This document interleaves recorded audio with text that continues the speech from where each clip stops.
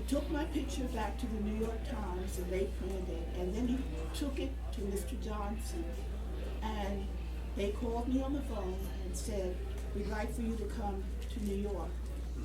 We would like for you to audition for the Ebony Fashion Fair. Well, I was stunned. But I've always loved fashion, so at that time, I worked part-time at a store called Humberger's.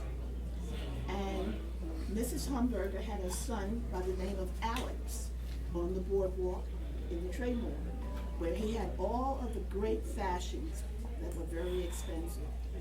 And I saw a pair of French boots that were white leather and snapped in 8 places across the front.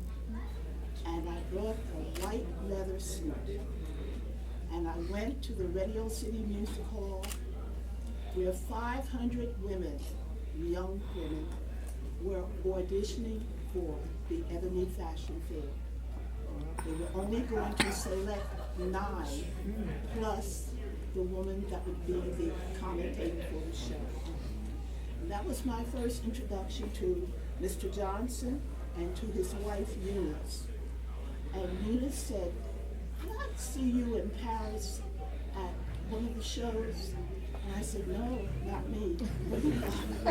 But she thought because of the way that I was dressed that it was unusual, and that was the start.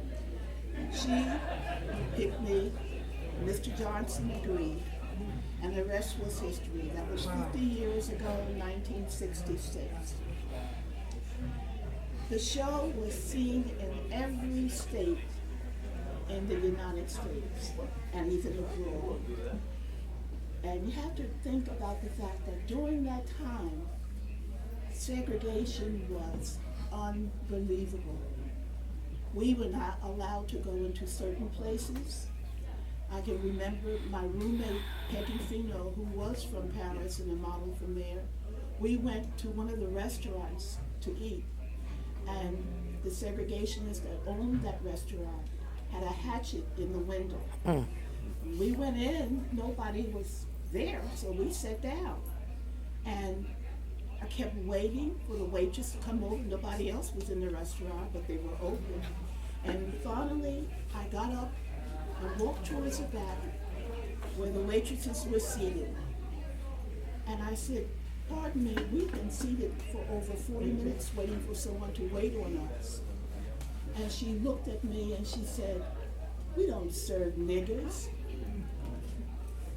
And then we knew that there were places that we would not be able to go to. Another funny thing that happened, Mr. Johnson told us that we would all have to have wigs to wear. Because when we would go to some of the southern states, you couldn't get a hairdresser because we didn't have the time. We were only going to be there for a day or two before moving on to the next spot for the next show. And so I told Mr. Johnson, I won't wear a wig.